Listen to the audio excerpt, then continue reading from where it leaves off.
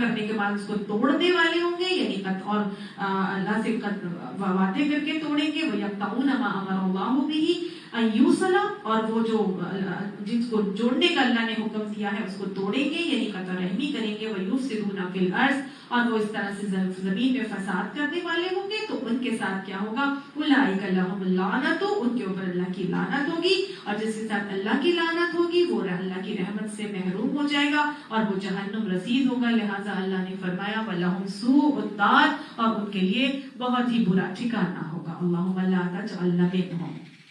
اللہ یبسط الرزق لمن یشاء ویقدر، اور اللہ جس کے لیے چاہتا ہے دراز کر دیتا ہے رزق، اور جس کے لیے چاہتا ہے نپا تلا دیتا ہے. فریحوا بالحیات الدنیا، اور وہ دنیا کی زندگی میں ہی خوش ہو جاتے ہیں. یعنی جو لوگ دنیا کی زندگی میں مگن ہوتے ہیں، وما الحیات الدنیا فی الآخرۃ الا متاع، اور نہیں ہے دنیا کی زندگی مگر ایک تھوڑا سا فائدہ. یعنی کہ اگر جو دنیا کے مزے میں مگن ہے اور آخرت کے مقابلے میں اسی کو ایکوائر کر کے چلتے ہیں، تو اللہ کی نظر میں اللہ ہی جس کو چاہتا ہے زیادہ دیتا ہے یا کم دیتا ہے.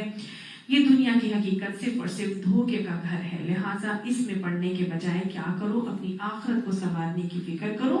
یہ تو اللہ کے کام ہے، کسی کو زیادہ اور کسی کو کم دے دیتا ہے. اللہ ہمیں دنیا کی وہی حقیقت عطا فرمائے، وہی جو اللہ کی نظر میں ہے. اللہ اسی کو ہمیں اتنی ہی فکر دے کر اور اسی کو اتنی ہی اہمیت دے کر اپنے اعمال کی اصلاح کی توفیق عطا فرمائے. اللہ ہمیں وہ باتیں سمجھا دے جو ہمیں سمجھانا چاہتے ہیں، اور ہمیں ایسا بنا دے کہ ہم اسے پسند آ جائیں. صدق اللہ العظیم. آمین.